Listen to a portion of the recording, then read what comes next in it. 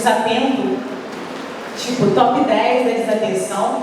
Então, na primeira vez que ele foi fazer uma dancinha, ele ficou tirando meleca os 5 minutos da dança toda, e a gente tentava chamar a atenção dele assim, ele era tão desatento que na época as pessoas questionavam se ele era autista também, porque ele tinha um déficit de interação pela desatenção. Inacreditável. Uma vez a gente estudando o ciclo das águas, né? E eu falei, água tá fora, a chuva vem e tal. Eu falei, Daniel, você tem alguma pergunta? Tenho. Tá na época das tanajuras? Eu falei, nunca mais estudo com esse menino. Então assim, por que eu tô falando dele? Porque eu tenho 2 filhos, né? Um neurotípico e esse mais velho que é o TDAH desatento. E o meu neurotípico começou a ler com 5 anos e o meu TDAHzinho lá, TDAHzão com 8. Então assim, eu tive a sabedoria na época de deixar fluir, né? Não era aquelas mães que competiam, seu filho já começou a ler? Não, Daniel começou a ler com 8 anos. Depois do ensino infantil, ele nunca mais conseguiu ter um caderno. Ele pregava as folhas das tarefas de cabeça para baixo. Então assim, eu deixei ele foi do jeito que ele conseguiu. Hoje ele conseguiu fazer uma faculdade. E é o que eu falo para os pais dos meus pacientes. Você tem um filho autista, você tem um filho TDAH, ele pode ter um diagnóstico só. Mas se você exigir dele mais do que ele pode oferecer, ele vai ter 2, 3, 4 Cs. Ele vai ser um TEA com depressão, ele vai ser um TDAH ansioso e chegando no extremo para mim, né, que sou psiquiatra e agora a gente está no Setembro Amarelo, no setembro da baixa autoestima, chegar a ter ideação suicida e de fato tentar o extermínio. Então assim, a orientação máxima que eu dou para os pais, né, atípicos, é isso. Desde a criança ser quem ela é, né? Porque assim a gente tem um diagnóstico só. Então, eu vou pegar a cola aqui. Eu quero agradecer também a oportunidade de estar com esses 3 jovens, né? Porque da roda aqui eu acho que dá para ser mãe de todos eles. E eu vou começar com 2 perguntas, vou fazer uma cola aqui. Eu vou responder essas 2 perguntas e depois queria que cada um respondesse também. As perguntas são as seguintes: sua área de atuação com pessoas neurodiversas? Primeira pergunta. E como a interdisciplinaridade influencia diretamente no seu trabalho? Eu sou médica do SUS. Eu amo o SUS. Toda a minha carreira foi permeada por atuações no SUS. Então, eu comecei na saúde básica, que é a porta de entrada para a maioria das pessoas com transtorno mental, na RAPS, né, que é a rede de atenção psicossocial. Eu trabalhei por 7 anos no CAPS infantil da minha cidade, que é Caragola. A Graziela está ainda, achei uma conterrânea aqui do interior de Minas Gerais. E trabalhei no CAPS infantil durante 7 anos e hoje trabalhei nesse tempo inteiro sendo responsável por 4 leitos do Hospital Geral de Saúde Mental. E trabalho hoje, por incrível que pareça, no CAPS Algodrogas. Mas quem me ensinou a trabalhar em equipe foi o CAPS infantil. Eu cheguei lá com uma doutora achando que eu ia ser a estrela da casa e só levei lambada. Então, lá na interdisciplinaridade, eles me ensinaram que eu sou um elo da equipe, nada mais e nada menos, com a mesma importância de cada um que estava ali. Então, assim, a humildade eu ganhei ali e agradeço muito, né? E a importância da equipe era o quê? Eu era a médica que estava com a criança ali meia hora, 20 minutos, no máximo 1 hora, e com os pais. E aí a gente ia para a nossa reunião semanal, que a gente tinha uma manhã inteira para falar dos casos. E eu falava assim, gente, a mãe do fulano falou que ele está muito alegre, tem comentar a Karina? Não, Daniela, ele fica aqui todos os dias, essa mãe está querendo dar mais medicação para crianças sem necessidade. Então, eu aprendi que a visão, né, que no autismo, ao contrário dos outros transtornos, por exemplo, se eu pego uma adolescente com depressão interna, eu sou protagonista, sou a médica que vai tentar salvar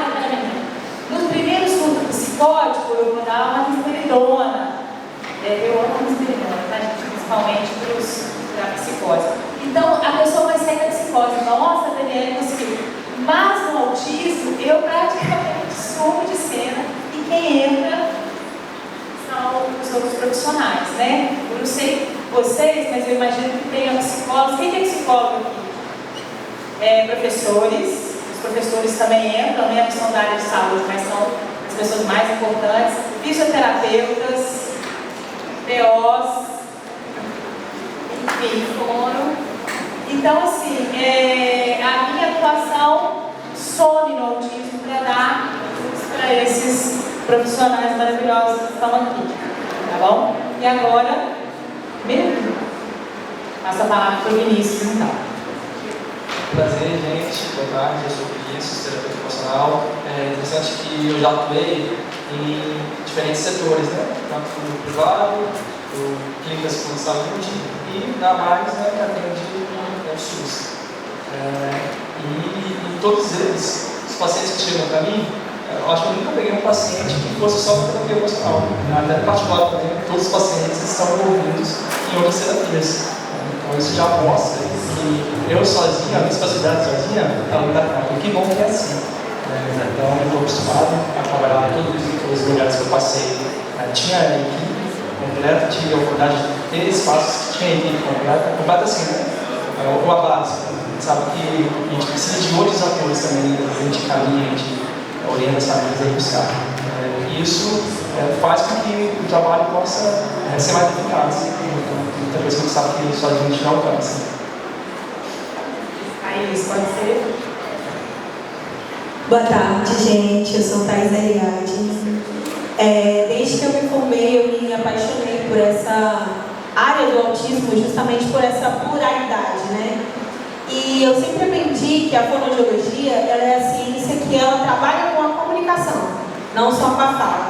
Então, assim, eu costumo dizer que estabelecer uma comunicação funcional para um indivíduo, né, porque atualmente a gente trabalha ali com crianças e com adultos, adolescentes, dar dignidade a esse indivíduo, né, trazer liberdade para ele conseguir dizer ou se comunicar de outras formas o que ele pensa, ele ter essa liberdade de agir conforme ele quiser. Então, assim, dentro da fonoaudiologia, a gente trabalha nesse sentido, dando dignidade a esse indivíduo, dando dignidade a essa família, né? E não tem como a gente trabalhar a comunicação sem estar trabalhando o comportamento, sem estar trabalhando juntamente com a psicologia, sem estar trabalhando atividades de vida diária. Né? Para eu estabelecer uma fala funcional, eu preciso ter um sistema sensorial adequado. Então, não tem como eu trabalhar a fala sem estar junto com a terapia ocupacional. Eu costumo dizer que andorinha, né, sozinha não faz verão. Então, assim, eu preciso que cada um faça o seu trabalho para que essa comunicação seja eficaz. Então, dentro da equipe multi, né, a gente trabalha nesse sentido, utilizando o quebra-cabeça como referência. É como se cada pecinha separada se unisse como um todo para trazer essa autonomia e essa inclusão para esse indivíduo. Eu me chamo Matheus, né? Eu atuo já na área do autismo já fazem mais de 5 anos, então fiz toda a transição, comecei como estagiário e hoje estou como supervisor da UNIM, junto com a Thaís. Eu tive o privilégio de trabalhar com o Vinícius, que é um profissional excelente também. E a atuação da psicologia, acho que tem alguns estudantes de psicologia aqui, nas equipes multidisciplinares, elas estão muito relacionadas a ser como se fosse uma cola, né? A profissão entre as demais áreas. A profissão de análise do comportamento, ela não é regulamentada no Brasil, então a gente tem essa alcunha da psicologia de juntar todas essas áreas. E sempre que a gente pensa, né, nessa atuação multidisciplinar, transdisciplinar, eu gosto muito de usar um lema que é da comunidade surda lá dos Estados Unidos, que fala sempre por nós, nunca sobre nós, né? Então eu acho que quando a gente está numa equipe multidisciplinar, é muito importante que a gente também, dentro dos nossos conhecimentos, respeite a interface de cada uma das áreas, né? A gente tem uma interface grande com as escolas, uma coisa que a gente sempre tenta deixar muito claro é que analista do comportamento, psicólogo, vou falar por psicólogo não manda na escola. Quem manda na escola é aquele profissional que está atendendo a criança. Então, enquanto ele está com aquele profissional, a responsabilidade daquele profissional. Então, eu entendo que uma atuação multidisciplinar, ela vai ter esse cuidado, essa junção e, acima de tudo, esse respeito por cada uma das partes. A gente sabe que o autismo, a comorbidade no autismo, infelizmente, é regra, não é exceção, né? Quando eu falo de comorbidade, a gente está falando de ansiedade, a gente está falando de depressão, de TOD, né, que foi falado aqui, do transtorno de conduta, do toque, né, do suicídio, né, as taxas entre os autistas são maiores na população geral. E aí eu atendo os meus pacientes e a gente sabe que nem todo paciente precisa da equipe multidisciplinar e a gente sabe que os pacientes também não precisam de todos os profissionais da equipe, né? Por exemplo, eu tenho uma paciente autista que ela é mãe atípica e autista. Ela é mãe atípica de 4 autistas. Então, para ela achou a psicanálise. Até não sei quantos anos atrás falava que a psicanálise não era para os autistas, né? Então a Bárbara achou um alívio na psicanálise. Eu tenho um outro paciente que é de dupla excepcionalidade e passou no vestibular de medicina na UFRJ. Incrível, menino incrível. Ele não tem teoria da mente nenhuma. Falei, Daniel, vai procurar uma TCC, como é que você vai ser médico sem teoria da mente, né? Então, assim, vocês, até uma pergunta que eu não falei, mas eu fiquei curiosa agora. Vocês recebem pacientes e veem que precisa de até mais de um outro profissional, além de vocês, então um profissional de importância maior até, assim, neste momento, né? Vendo o paciente como um todo, né? Porque uma das perguntas é essa. A gente tem essa dificuldade de na equipe interdisciplinar, fica meio fragmentada, a gente perde o paciente. Vocês conseguem ver isso assim na prática de vocês? Como você está perdendo vendo as partes? E às vezes quando você não é o principal profissional para aquela pessoa. Quem quiser começar? Por isso é tão importante a avaliação. Acho que não existe intervenção sem antes uma avaliação. Eu acho que as condições de onde a gente trabalha, às vezes vai fazer uma avaliação mais aprofundada, em outros lugares vai fazer uma avaliação menos profunda, mas a avaliação é fundamental. Então, a partir da avaliação, a gente vai perceber quais as dinâmicas aquela pessoa apresenta. Como foi falado, cada indivíduo é único, cada pessoa com transtorno tem determinadas comorbidades, então a gente precisa investigar. E com isso, a partir da avaliação, a gente entende. Talvez ali as demandas que ela apresenta não é para a terapia ocupacional, talvez em outro momento, mas é importante priorizar. É mais quando a gente lida com SUS, que às vezes não vai ter direito a todas as terapias, ou às vezes em particular, né, que a família não tem condições de ter sessões diversas. Então a gente precisa ter esse método entender para o bem do paciente o que é melhor, o que é importante priorizar. A partir da avaliação a gente consegue entender isso. Ou a partir do tratamento a gente entende que naquele momento já você não pode sair de cena, porque aquelas questões mais urgentes já foram trabalhadas e tem outras patentes que você não vai dar conta. É importante sair um pouco de cena e deixar outras possibilidades de trabalhar. E existem 2 casos, né? Existem os casos que o indivíduo já está tão bom naquela área que ela não precisa mais da fonoaudiologia, por exemplo, e de uma família não aceitar, porque precisa que aquela criança faça tantas sessões, né? E eu vejo como um avanço. Cada vez que eu preciso sair de cena, é sinal de que uma criança ou um adulto, ele está cada vez melhor, ele pode, né? É isso que a gente busca, é autonomia, é ele não precisar mais dos meus serviços. E existe outra realidade, que é quando as crianças não atingem os pré-requisitos mínimos de sessões, né? E aí a fonoaudiologia naquele momento, igual o Vinícius falou, não vai ser tão eficaz quanto a psicologia, né? Porque a criança precisa atingir os pré-requisitos, ela precisa primeiro aprender a sentar, ela precisa primeiro aprender a estabelecer um bom contato visual, e aí é o momento que a gente pede socorro. Mateus, eu não estou conseguindo nessa área, você pode me ajudar? E aí, com os critérios, né, da análise do comportamento, com os critérios de trabalhar esse comportamento, a gente consegue trabalhar até junto. Eu faço aquilo que ele me guia, para que depois a aspectos em si da fonoaudiologia. Acho que é esse serviço que você trabalha. A gente trabalha na UNI.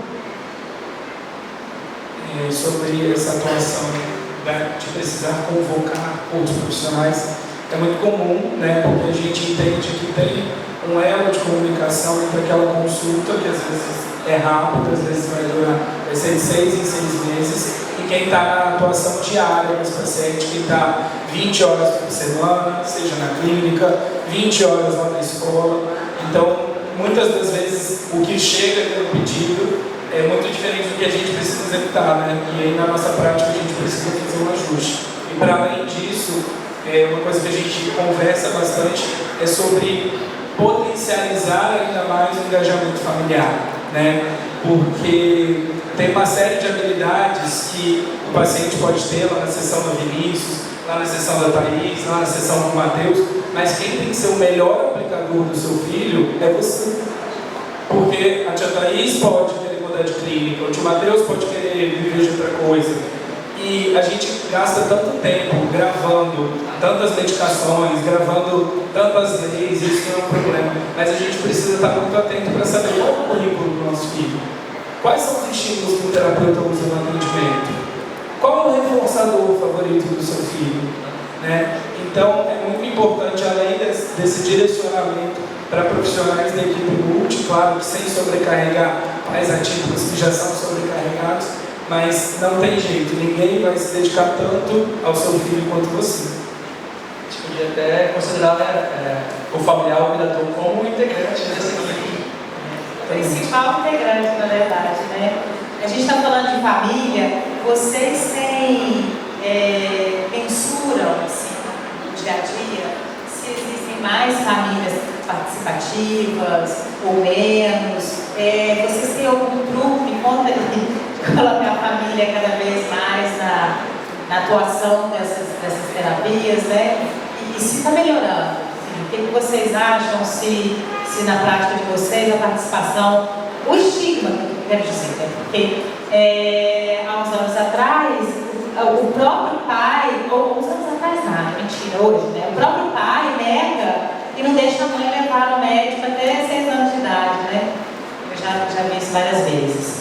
E vocês veem esse cenário mudando? Vocês têm esse truque aí para falar uma fala, mas isso me ajuda a aprender com vocês aí também.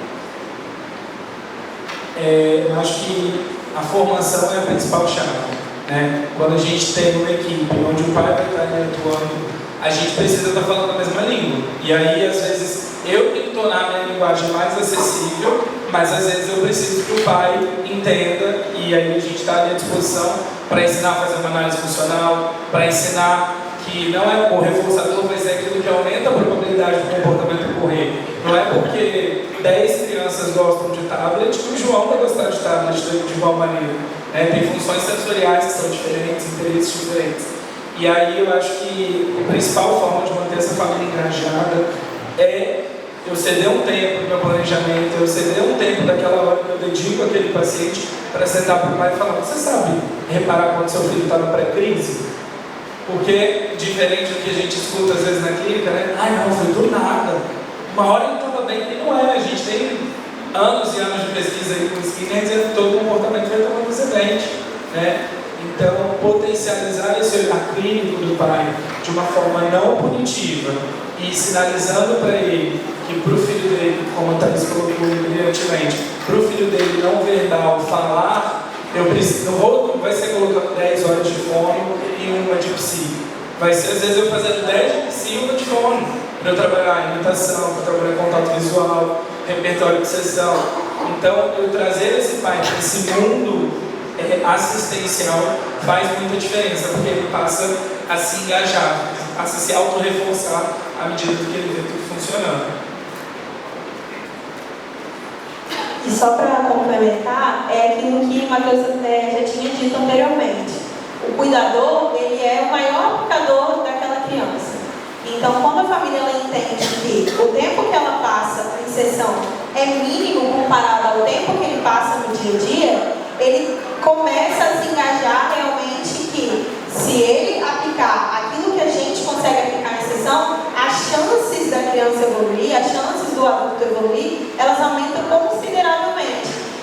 assim, nessas orientações parentais, né, que precisam ser feitas, trazer essa realidade. Eu sozinha não consigo, mas se você tentar, se você estiver junto comigo, a gente consegue avançar. Respondendo a pergunta ainda também, isso varia muito, varia de acordo com a classe socioeconômica, varia com a rede de apoio. Às vezes a gente pega casos de mãe de solo sobrecarregada que já não tem força nem para te ouvir mais, seguir orientação. Então isso depende de muita coisa. Eu queria aproveitar a oportunidade da pergunta até para fazer uma crítica, né, um desafio que é lançado a nós, da participação da família nas terapias, porque existe uma lógica mercadológica de contabilização de atendimento, que o tempo com a família ele não é contabilizado, né? Ele não é remunerado. Então, muitas vezes sobra aqueles minutinhos finais ali de sessão. Às vezes nem isso, às vezes a criança vai de um atendimento para outro, você não tem nenhum contato com o familiar para dar um feedback da sessão. E o ponto que é importante, não só o feedback da sessão, mas planejar momentos, substituir o atendimento por um atendimento familiar, onde você vai escutar o que ele tem para trazer, você vai trazer orientações, mas infelizmente isso no SUS, isso na clínica de plano de saúde, no particular também, acaba não tendo esse espaço, que é tão importante quanto. Às vezes, num atendimento familiar, você vai conseguir um avanço que 2, 3 meses de terapia vai trazer, mas isso vai levar em conta. Da saúde complementar, que não é remunerada? Porque, por exemplo, do atendimento do plano de saúde. Então, existe ali uma meta a ser cumprida, cada atendimento tem um valor. Então, acaba não tendo tempo. Você não pode tirar um atendimento para fazer um atendimento familiar. Às vezes também, mesmo nas associações, existe ali um número a ser dividido do atendimento. Você tem que prestar conta do atendimento. O atendimento familiar não é como um atendimento clínico, entendeu? Então, acaba não sendo pensado, não sendo planejado, esse momento que é tão importante, que deve fazer parte desse programa. Agora, é uma curiosidade minha. A gente sabe que as janelas de oportunidade existem, a neuroplasticidade na primeira infância é maior. Vocês, qual a experiência de vocês? Qual é a idade, a menor idade de pacientezinhos que vocês tratam? E se a especialidade de vocês tem um limite, assim? Eu só posso atender a partir de 1 ano e meio, de 12 meses. Então é isso. Qual é o menor paciente que vocês já, de idade, que vocês já trataram? E se existe um limite inferior assim, de idade para vocês começarem em cada especialidade? Eu acho que dentro da psicologia é muito importante, pegando o gancho que o Denis falou, que toda intervenção em aba esteja alinhada com o objetivo terapêutico. Então, muitas das vezes, se eu tenho um paciente muito pequeno, eu não tenho um direcionamento de qual é o objetivo terapêutico que eu estou trabalhando ali. Na clínica, especificamente, acho que o nosso paciente mais novo, ele tem 18 meses, E aí, a partir daí, a gente consegue ter uma diretriz em alguns modelos de clínica, seja por plano, isso vai exigir que tenha um laudo fechado, a gente está com critérios diagnósticos, mas a gente começa a partir do que a gente espera das habilidades a serem desenvolvidas e vai construindo isso sempre muito alinhado com a potência daquela criança e também os objetivos que os pais têm para aquele desenvolvimento. A fonoaudiologia também é com 18 meses. Isso não quer dizer que não tenha atraso, que não possa aparecer atraso antes disso. Mas é quando os fonemas eles começam a ser adquiridos. Então é quando a família percebe que com 1 ano e meio a minha criança não está balbuciando nada, isso acende um alerta, E não tem limite de idade. Óbvio que fica mais difícil, trabalhar com os adultos, porque justamente por causa da neuroplasticidade do cérebro, mas a gente precisa, tentar todas as possibilidades. Então, se aquele adulto precisa de uma intervenção, eu preciso entrar com todos os recursos para que ele tenha a melhor intervenção. Na terapia ocupacional, a gente tem no primeiro ano de vida os marcos motores que são muito importantes e são perceptíveis. Mais fácil que devido a alguns comportamentos, fala que às vezes demora um pouquinho, demora a família a perceber.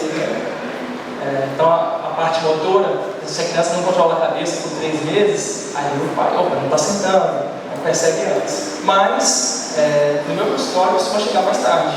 A partir de um ano e meio, 2 anos, é quando a causa está entornando mesmo, e a família vai buscar a solução. Às vezes já recebi menos de 1 ano, mas é muito raro. E até adultos também. Eu já tenho possibilidade de acontecer.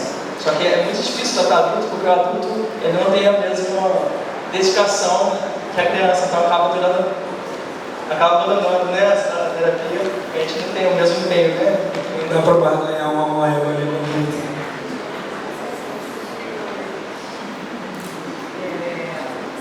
Falta na prática ou nas políticas públicas para que essa abordagem interdisciplinar funcione melhor? Acho que falta oportunidade, né? Quase não se vê terapeutas ocupacionais aqui no nosso estado, por exemplo. Quase não se vê fonoaudiólogos. Não tem cursos para essas pessoas, né? Existem mais gente querendo fazer esse curso do que a possibilidade de fazer. Então, assim, existe muito mais público precisando desses profissionais do que profissionais atuantes. Você sai de uma universidade e vê muitas vagas, né? Graças a Deus por isso, mas eu acho que se estabelecessem mais cursos, se dessem mais oportunidades para novas pessoas estarem formando, acho que mais gente poderia ser alcançada por essa necessidade, né? A gente vê que o TEA, não que ele esteja só crescendo, mas tem sido mais divulgado. Então, assim, existem muito mais pessoas precisando dessa equipe do que realmente pessoas tendo direito a esse acesso. Complementando a fala da Thaís, eu acho que sim, precisa de mais políticas públicas de oportunidade, mas, acima de tudo, políticas públicas de qualificação desses serviços. Né? Remuneração. E remuneração também. A gente entende que o APA, né, virou um mercado, certo ponto. Tem profissionais que vão estar habilitados por uma graduação online que fez em 5 minutos, e é esse tipo de pessoa que vai estar sendo responsável pelo maior bem de um pai, pelo maior bem de uma mãe. Então, acho que a gente tem que caminhar criando oportunidades, mas a gente precisa ter mecanismos de fiscalização, de regulamentação, de creditação de uma intervenção de qualidade. Acho que falta mais formação interdisciplinar desde lá do primeiro período da faculdade, né? A gente vê, existe hoje uma residência, né, interdisciplinar, mas depois que ele está formado. Começar a ter projetos, envolvência, a participação de vários atores, acho que a pessoa, quando chegasse no mercado de trabalho, ela estava mais adaptada a esse trabalho em conjunto.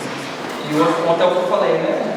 Que houvesse uma valorização e mais tempo para poder fazer reunião de equipe. Acaba que às vezes tem uma reunião de 1 hora semanal, não tem como discutir todos os casos. Acaba sendo sempre aqueles mesmos pacientes mais complexos, mas não é só os pacientes mais complexos que necessitam de um debate da equipe. Então, mais investimento que possa haver em reunião, discussão de caso e orientação parental, para atendimento familiar. Estou pedindo para finalizar, mas eu queria fazer a última pergunta. Vocês têm algum caso de sucesso e que muito orgulho, assim, algum caso que ficou assim, no coração e que você lembra e esboça um sorriso e fala, nossa, esse eu consegui ajudar mesmo? Eu acho que muito na pegada do que estava sendo falado nas outras palestras. Eu acho que os casos que mais desafiam a gente são os que mais motivam, né? Especialmente a gente tem um caso que foi da intervenção clínica, mas que foi conduzido numa pesquisa de mestrado para desenvolvimento de habilidades sociais, que é uma área que de vez em quando fica meio que negligenciada. A gente quer que as crianças falem, a gente quer que os adolescentes saibam apontar, estejam alfabetizados, mas às vezes aquele indivíduo ele não sabe sinalizar quando está desconfortável, né? E um dos casos que eu mais gosto foi um caso do paciente tinha algumas dificuldades de interação social e a gente foi desenvolvendo junto da clínica e a mãe, né, o melhor jeito dela, trouxe para mim um convite para ser o padrinho dessa criança. Esse vínculo diz muito sobre como a gente entrega essa criança para a sociedade, como a gente entrega esse indivíduo, porque no fim a gente quer que ele não dependa da gente. A gente tem um caso lá na clínica, que foi até um caso de apresentação, né, no congresso que teve recentemente recentemente sobre análise do comportamento, de um menininho pequenininho, 5 anos. Quando eu cheguei lá, ele se batia muito. As sessões eram só voltadas a regular comportamento interferente de autolesão.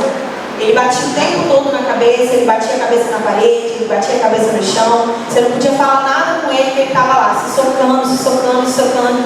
E dava até uma aflição, né? E aí começamos a intervenção com ele. Intervenção.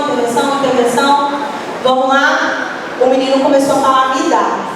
E isso mudou drasticamente a vida daquela criança, né? Porque é o que eu falei. Estabelecer uma comunicação é dar dignidade a esse paciente. A partir do momento que ele começou a falar me dá, uma coisa simples, ele conseguiu diminuir muito dos comportamentos dele interferentes de autolesão. Porque ele queria uma coisa e ele conseguia pedir essa coisa. Então ele não precisava se bater. E se ele não precisava se bater, a sessão ocorria normalmente. Atualmente ele fala mais palavras, não tantas quanto essa, né? Que me dá, ele ganha, ele quer ganhar, ele vai falar cada vez mais. Mas ele está agora com uma comunicação alternativa, né? Uma prancha, o PETS. E aí todo tempo ele fica pedindo casa. Ele desregula, ele pede casa. E aí a gente estava conversando ontem, eu, até alguém que está aqui também, a psicóloga, e a gente falando, dá até vontade de dar. Ele pedir e toma, meu filho, vai para casa. Porque a partir do momento que ele conseguiu minimamente dizer o que ele queria, ele não precisa mais se bater, ele não precisa mais bater a cabeça no chão, né? Diminui até o risco de vida, né? Porque todas as vezes que ele se bate, ele se machuca, era muito grave. Então isso é um caso de muito orgulho para nós lá na clínica. São vários casos, né? Mas tem um que eu destaco, em especial, uma criança que eu trabalhava de forma interdisciplinar e atendimento no domicílio. Então a mãe estava junto com a gente também. E como é bom, né, a gente ver a evolução. Até que uma criança que passou de nível 3 para nível 2. Isso foi uma conquista de todo mundo. E o atendimento interdisciplinar ia acontecer, né? Porque, por exemplo, trabalhando na escovação de dente, a Fona ajudava porque não conseguia fazer movimento da boca para cuspir. A psicóloga nos ajudava orientando uns comportamentos interferentes. A T é quem fazia com que as minhas orientações fossem colocadas em prática diariamente e assim a criança ia evoluir muito rápido. Isso é gratificante para a gente. Queria agradecer os três, foi maravilhoso. Vera tem tão pouco tempo, né? E eu acho que vai ter pergunta agora, como que é? As perguntas não, agora não. Eu vou agradecer a participação de todos, a contribuição, palmas.